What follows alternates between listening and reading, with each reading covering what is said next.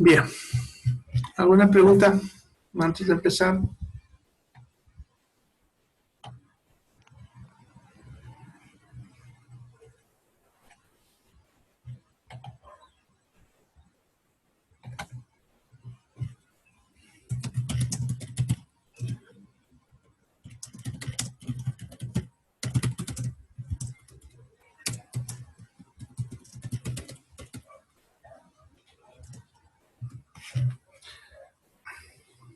Bien.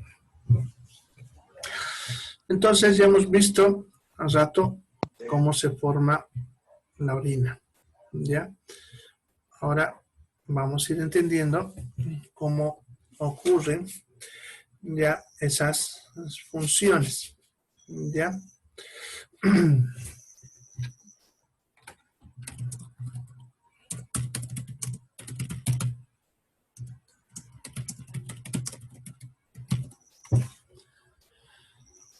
Ya. Primero vamos a hablar de lo que es el equilibrio hidroelectrolítico, ¿ya? Cómo se regula la cantidad de agua, de electrolitos que estamos botando o recuperando, ¿ya?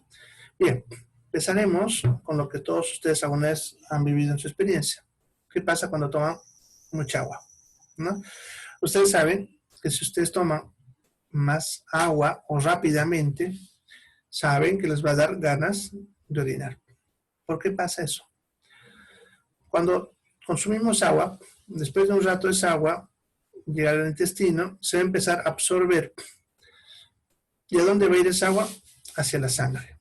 Si se acuerdan, cuando vimos hemodinámica, la sangre tenía dos componentes, el componente sólido y el componente líquido, ¿ya?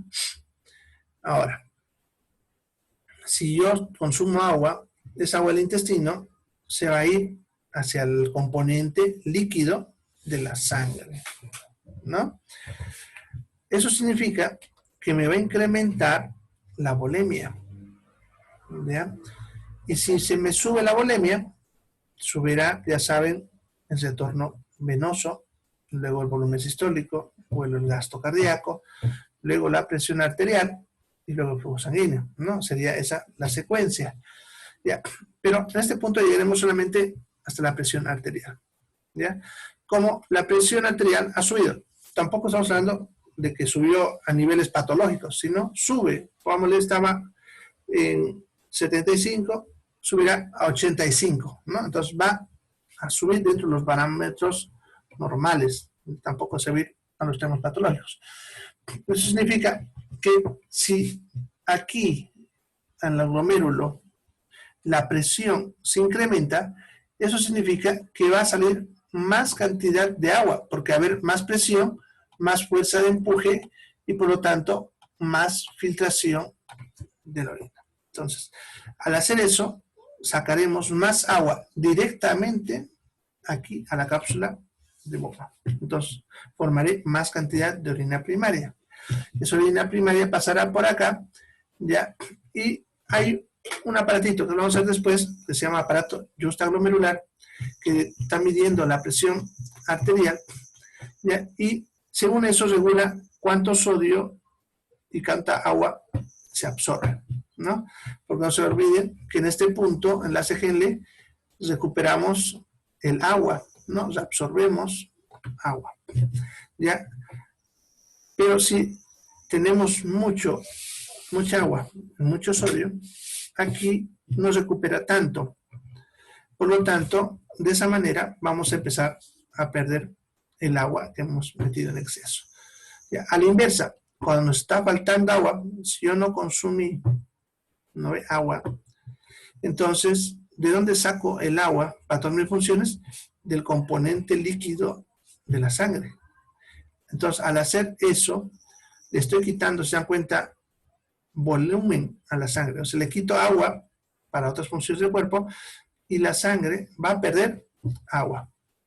¿Ya? Eso significa que reduzco un poco la volemia, eso me reduce, otra vez lo mismo, ¿no? El retorno venoso, el volumen sistólico, gasto cardíaco y la presión arterial. Y también, otra vez estamos hablando de presiones dentro de los valores normales. Por eso me va a bajar de 80 a 70 en cuanto a la sistólica. Y esto va a bajar poquito. Pero al hacer eso, la presión aquí dentro del glomérulo también reduce. Por lo tanto, ya no sale tanto líquido, tanta agua hacia la cápsula de Bowman, ¿ya?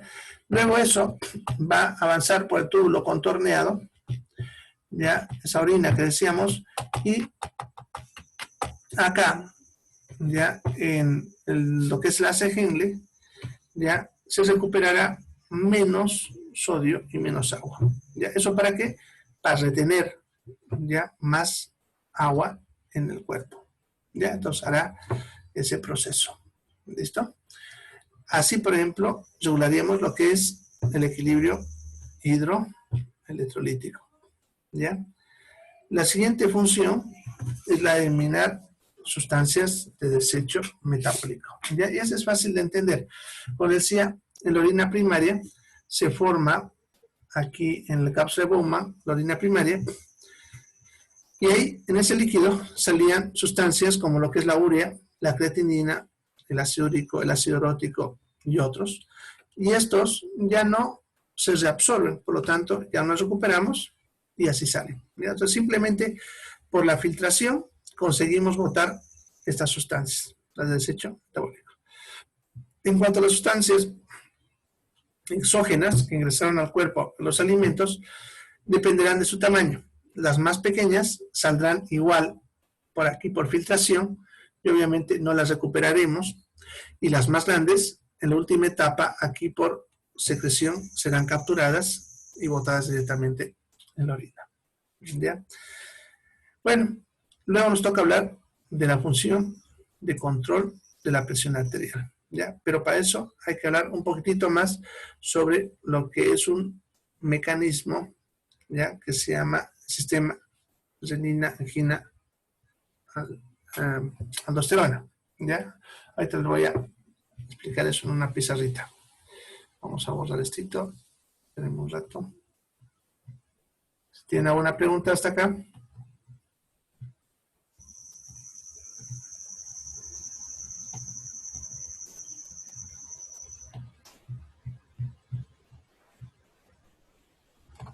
¿Preguntas? ¿No hay?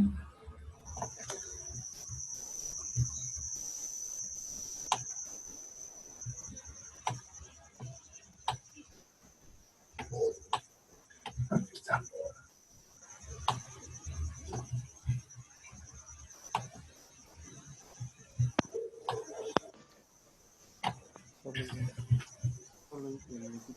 Hola, doctor. Hola, te escucho.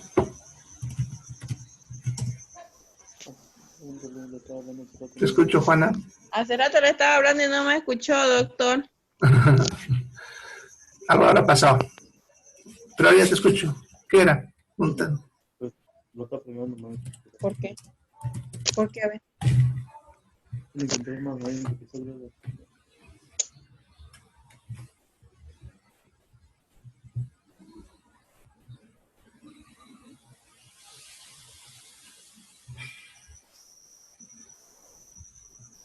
Bien.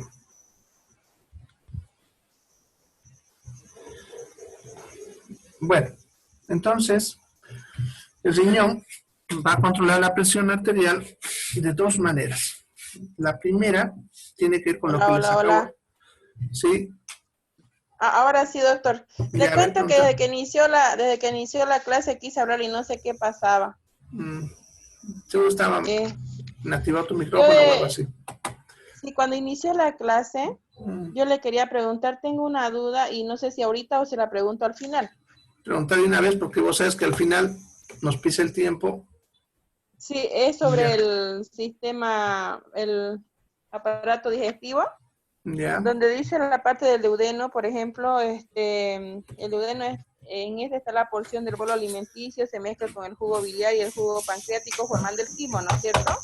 Sí, el quimo se forma así en el estómago, ahí hay un pequeño errorcito. Sí, ¿ya? Lo que quiero que me aclare es donde dice la fase mecánica de esta porción está dada por el mecanismo peristaltismo y la fase química por la bili que actúa como un agente emulsionante. ¿Esto es del duodeno o del quimo? Eso quiero saber. No, el duodeno.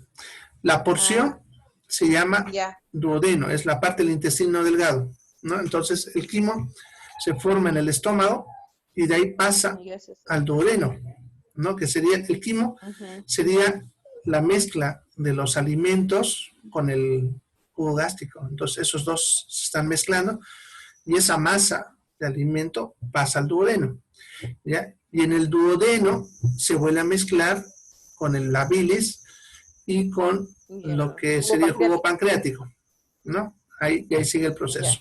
¿Ya? Entonces donde dice la fase mecánica y la fase química son del duodeno, no del quimo, ¿no ve? Sí, perfecto. Bueno, esa era mi Así duda, es. doctor. Gracias. Sí, eso es. ¿Ya?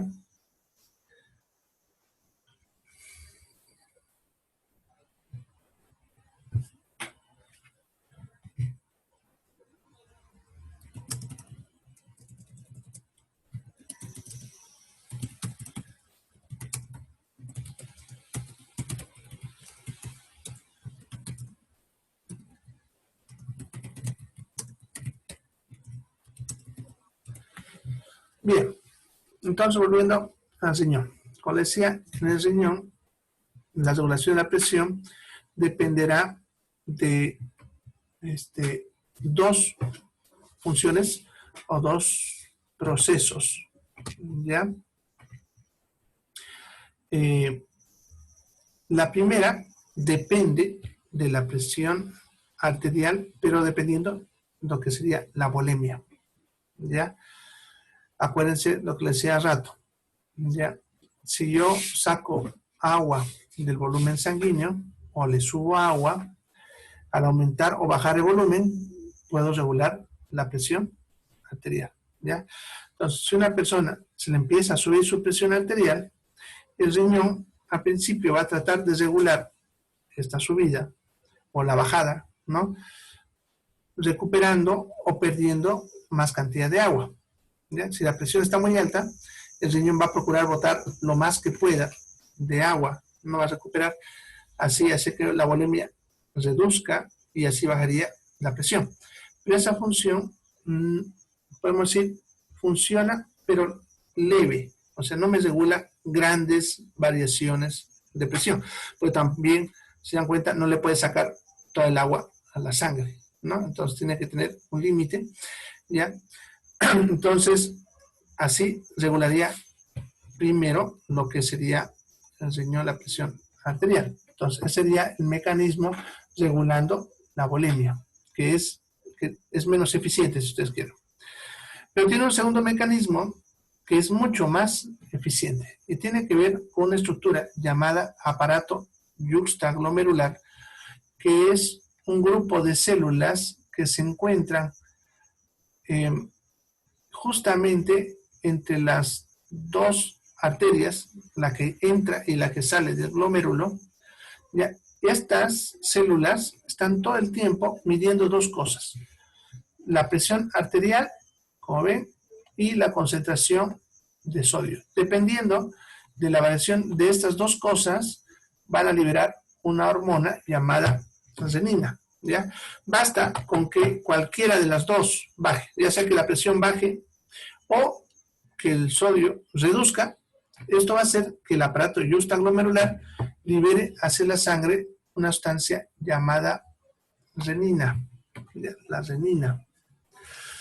Ahora, esta renina, no sé bien, está siendo botada por el riñón, ¿no? Va a salir a circular a la sangre y va a empezar a dar vueltas por la sangre. Pero sucede que el hígado forma una sustancia que se llama angiotensinógeno. ¿Dónde está? Acá está. La angiotensin. Bueno, aquí está errado, ¿ya? Es angiotensinógeno. Si pueden, cuando lo vean, lo cambien, ¿ya? Ahí donde le voy a poner una flechita. Está errado, una pizarra. Me voy a equivocar. Ese es angiotensinógeno. Entonces el hígado produce el angiotensinógeno, que es una proteína que es inactiva, no hace nada. El hígado fabrica esta sustancia y esta sustancia está dando vueltas por la sangre, ¿ya? La renina, cuando se topa con el angiotensinógeno, vamos a poner esta renina, a ver, vamos a poner una flechita más colorida y un poquito más grande, ¿ya? Entonces no se olviden que ahí está la flechita azul, es angiotensinógeno. ¿Ya? Entonces la renina se junta con el angiotensinógeno, que era inactivo, no se olviden. Pero al unirse con la renina, se activa y entonces se llama angiotensina 1. Ya, la angiotensina 1. Esta angiotensina 1 ya es activa, pero vamos a hablar de su actividad después de un ratito. Ya, esta angiotensina 1 sigue dando vueltas por la sangre. Ya, en el pulmón hay una sustancia que se llama enzima convertidora de angiotensina. Ya, eso es en el pulmón. Aquí en el pulmón ya hay una sustancia que se llama enzima convertidora de angiotensina. Y lo que hace esta sustancia es agarrar a esa angiotensina 1 y convertirla en angiotensina 2. ¿Ya? Pero eso, fíjense, pasa cuando la sangre está pasando por pulmón. ¿Ya? Entonces el pulmón es el que hace esa conversión de angiotensina 1 a angiotensina 2. ¿Ya? Ahora, tanto la angiotensina 1 como la angiotensina 2, esas dos sustancias, vamos a poner aquí con una flechita a un ladito, estas dos producen vasoconstricción. ¿Ya? Vamos a poner abreviado una B y una C. Vasoconstricción. Eso significa que los vasos sanguíneos del cuerpo reducen su diámetro. Se reducen de estar más anchos. A ver, ahí, reducen, ¿no? Van reduciendo. Eso me aumentaría la resistencia vascular, como vimos en la hemodinámica, y eso me subiría la presión arterial. Entonces, el primer mecanismo, fíjense, con el cual estas sustancias regulan la presión, es regulando el diámetro de los vasos. Reducen su diámetro y eso aumenta la resistencia y eso me sube la presión, ya que estaba bajando. ¿Ya? Pero la angiotensina 2 también tiene otra función. Esa angiotensina 2 por la sangre viaja hasta la glándula suprarrenal y la glándula suprarrenal libera aldosterona. ¿Ya? La aldosterona es otra sustancia activa y lo que hace lo que hace la aldosterona es viajar por la sangre hacia el riñón, hacia justamente lo que veíamos hace ratito en la nefrona, el túbulo contorneado proximal, y le ordena a que el túbulo contorneado proximal absorba más cantidad de sodio. Si absorbe más cantidad de sodio, absorberá, por lo tanto, mayor cantidad de agua. ¿Ya? Al recuperar el agua, aumentaría la volemia y eso me subiría la presión arterial. Entonces, están viendo, este sistema me recupera la presión arterial cuando está bajando, ya a través del control de los vasos sanguíneos y de la recuperación de agua. Ahora, por el contrario, si la presión está alta, se produciría toda la inversa, o sea, no produciría renina, por lo tanto, la angiotensinógeno no se convertiría en angiotensina 1 y obviamente tampoco en 2 ni en aldosterona. Por lo tanto, los vasos sanguíneos, al no recibir la orden de esta sustancia, se abrirán y eso reducirá la presión arterial. Y lo mismo acá, ya perderemos más agua y por lo tanto también bajará la volemia y la presión arterial. ¿Ya? Este mecanismo que están viendo es un mecanismo de regulación de la presión arterial de largo plazo. Sucede que cuando la presión arterial se altera, eso ya lo habíamos visto cuando vimos hemodinámica, habíamos dicho que se alteraba el flujo, ¿se acuerdan? Y alterarse el flujo ya hace que el cerebro, a través del sistema nervioso autónomo, ordene que el corazón lata más rápido o más lento si es que la presión está alta. ¿Ya? Por lo tanto, el primero que responde a los cambios de presión arterial es el corazón. Pero acuérdense que el corazón es un músculo y que, a menos cuando hay taquicardia, no puede estar mucho tiempo latiendo rápido porque, como es músculo, puede entrar en fatiga. ¿Ya? Entonces no podemos dejarlo que lata mucho. ¿Ya? Pero, por lo menos, nos da tiempo. Generalmente, cuando la presión arterial baja, el corazón va a empezar a latir rápido y conforme van pasando las horas, este sistema que estamos viendo va a ir arrancando porque es lento, no es rápido, ¿ya? De tal manera que unas 24 horas después empieza ya a funcionar muy efectivamente y va a ir haciendo que la presión vaya subiendo. Conforme la presión va subiendo, la frecuencia cardíaca también va a ir bajando, regulándose.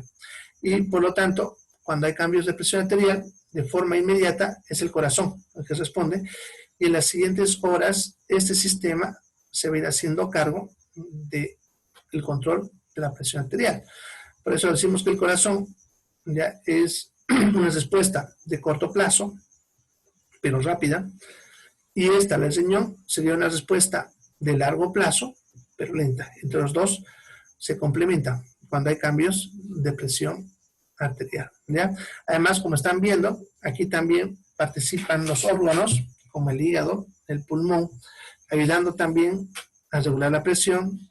Si ellos ven que le está faltando, por decirles, más presión o menos presión, entonces también fabrican, por ejemplo, en el caso del hígado, más angiotensinógeno o menos angiotensinógeno, o en el caso del pulmón, convierte más angiotensina 1 en 2, o la inversa, ¿no? Entonces ellos también participan en esta regulación, pero el que comanda, como están viendo, es el riñón a través de la renina y de su control con el aparato yuxtaglomerular, ¿ya? Entonces, así el riñón se haría cargo de la presión arterial, ¿ya? Es uno de los mecanismos por el cual van a ver que los pacientes que son con problemas renales tienen problemas de presión arterial, porque si bien el corazón, ya hemos visto que pudiese regular, no lo puede hacer por mucho tiempo, y si el riñón está fallando, también el paciente no va a poder regular su presión y va a empezar a tener problemas. Los dos extremos, puede ser hipertenso o puede ser hipotenso. Claro que lo más común en problemas renales que sea hipertenso, ¿ya?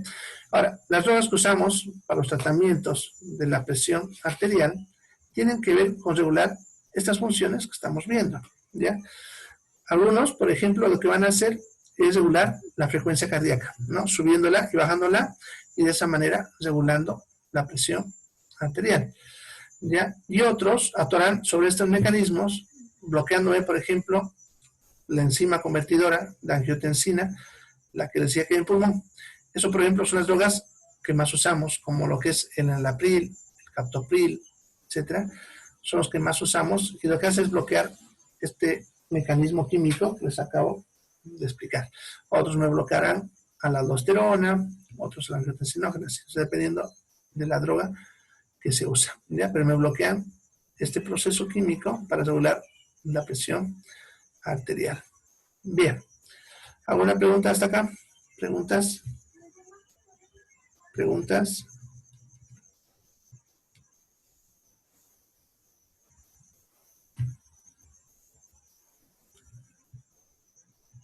¿No hay preguntas? Bien, entonces vamos a ver la otra función del riñón.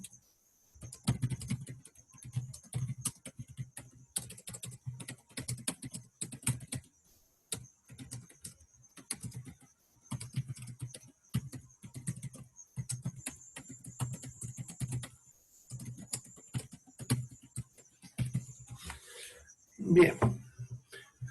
Entonces, el riñón tiene otra función más, ¿ya? Hay unas células que se encuentran en los espacios del glomérulo que forman lo que se conoce como intersticio renal, ¿ya? Sucede que estas células del intersticio renal monitorean constantemente la concentración de oxígeno en la sangre, ¿ya? Si empiezan a detectar que el oxígeno empieza a bajar en la sangre, liberan una hormona llamada eritropoyetina, ¿ya? Se los escribo porque no está en la pizarra, se lo voy a escribir en el chat, ya, para que lo tengan. Ya, la eritropoyetina es una sustancia que estas células del riñón lo botan a la sangre, y por la sangre va a viajar hasta la médula ósea, que la médula ósea ya es lo que está dentro de los huesitos lo que le llaman el tuétano, ¿no? Esa grasita que hay dentro de los huesos, que se llama médula ósea. Y es el lugar donde se fabrican los glóbulos rojos y los glóbulos blancos. ¿Ya? Entonces, esa eritropoyetina va a ir hasta la médula ósea, y la va a estimular a que empiece a botar más glóbulos rojos. ¿Ya? Si es que detectan que hay mucho oxígeno, se deja de botar eritropoyetina y entonces la médula ósea también deja de botar glóbulos rojos. ¿Ya? Entonces, la cantidad de glóbulos rojos en la sangre dependerá de la eritropoyetina. ¿Ya? Ahora, no es el único órgano, el riñón, el que produce eritropoyetina. También produce el cerebro, el corazón, el hígado y el pulmón. Pero el 90% de la eritropoyetina es producida por el riñón. O sea, en otras palabras, que no importa que los otros órganos produzcan o no produzcan eritropoyetina, la que controla todo esto, están viendo, es el riñón. ¿Ya? Si se daña el riñón, entonces no habrá eritropoyetina y eso generará anemia, que es justamente también uno de los problemas con los pacientes que tienen enfermedades renales crónicas. A ver, los que les hacemos diálisis, siempre también le estamos colocando eritropoyetina porque su riñón no lo produce, por lo tanto sus glóbulos rojos están más bajos. ¿Ya? Por ejemplo, cuando vamos, no sé si habrán viajado ustedes a la altura, estamos hablando de La Paz, Oruro, Potosí, han debido viajar allá. Si algunos han viajado, lo han experimentado, y si no, algún día lo experimentarán, ¿no? Sucede que cuando uno llega a la altura, en la altura la presión del aire es menor y por lo tanto el oxígeno entra más lento hacia la sangre. No es que haya, por si acaso, menos oxígeno, como dicen, hay la misma cantidad que acá, solamente que la presión del oxígeno en el aire, porque hay menos peso allá en la altura, es menor y por lo tanto el oxígeno tarda en hacer el proceso de hematosis que vimos en la anterior clase cuando hablamos del aparato respiratorio. Por lo tanto, para poder absorber más cantidad de oxígeno, necesito más glóbulos rojos. ¿Ya? Entonces, cuando uno llega allá, como no puedo producir de golpe glóbulos rojos, entonces lo que hace el cuerpo para mantener la oxigenación es hacer que el corazón lata más rápido. El corazón late más rápido para hacer que esos glóbulos rojos que tenemos pasen más veces por pulmón y por lo tanto recojan más oxígeno. Eso es lo que hace que las personas sientan ese malestar cuando llegan a la altura. Tienen palpitación, están un poco fatigados, no pueden caminar como acá porque se cansan, ¿no? Eso es porque le está faltando oxígeno y tengan en cuenta que su corazón está trabajando duro para hacer que haya oxígeno para que ustedes estén bien, ¿no? Ya, pero ni bien pasa eso, el riñón está detectando este problema y está botando ya esta sustancia que llamamos eritropoyetina. Y la médula ósea empieza ya nomás a ponerse a fabricar glóbulos rojos y nos terminaría de equilibrar, si ustedes quieren, ya cuando estemos unos 15 días, lo que se llama el proceso de aclimatación. ¿Ya? Entonces, después de 15 días, alcanzaríamos suficiente cantidad de glóbulos rojos como para poder vivir allá. ¿Ya? Y eso, fíjense, tiene que ver con el riñón. ¿Ya? Si tengo una persona que tiene problemas de riñón y viaja para allá, no va a poder hacer este proceso y le va a pasar bastante mal, ¿no? Porque se va a fatigar bastante, no va a poder caminar, bueno, todo lo que es el mal de altura, ya que se debe a la falta de oxígeno. Y si las personas de allá vienen para acá, van a venirse con muchos glóbulos rojos, por lo tanto al llegar acá absorben mucho oxígeno. Para contrarrestar eso, el corazón otra vez le va a latir más lento, ya, y la persona se va a sentir alegre, porque por si acaso cuando tenemos mucho oxígeno, es como si nos hayamos tomado alcohol, ya, nos va a dar una sensación de alegría, ya, y el riñón detecta esto, deja de fabricar eritropoyetina. Si no fabrica eritropoyetina, entonces la médula ósea también deja de fabricar glóbulos rojos. Ahora, el proceso de aclimatación de allá para acá tarda 90 días. ¿Por qué tarda eso? Porque los glóbulos rojos tardan 90 días en morirse. ¿Ya? Entonces viven 90 días. Por lo tanto, como viene de allá con glóbulos rojos, tengo que esperar 90 días a que vayan muriendo los que estaban por demás ¿no ve? Y de ahí empezará a regular otra vez el riñón. ¿Ya? Entonces, cuando venimos de allá para acá, la aclimatación tarda 90 días. De aquí para allá, 15 días. Bueno, y si estoy también bien alimentado, ¿no? Porque tampoco, si no lo alimento bien, la médula ósea tampoco va a poder fabricar los glóbulos rojos. Bien, preguntas. ¿Preguntas? ¿Alguna pregunta sobre el riñón?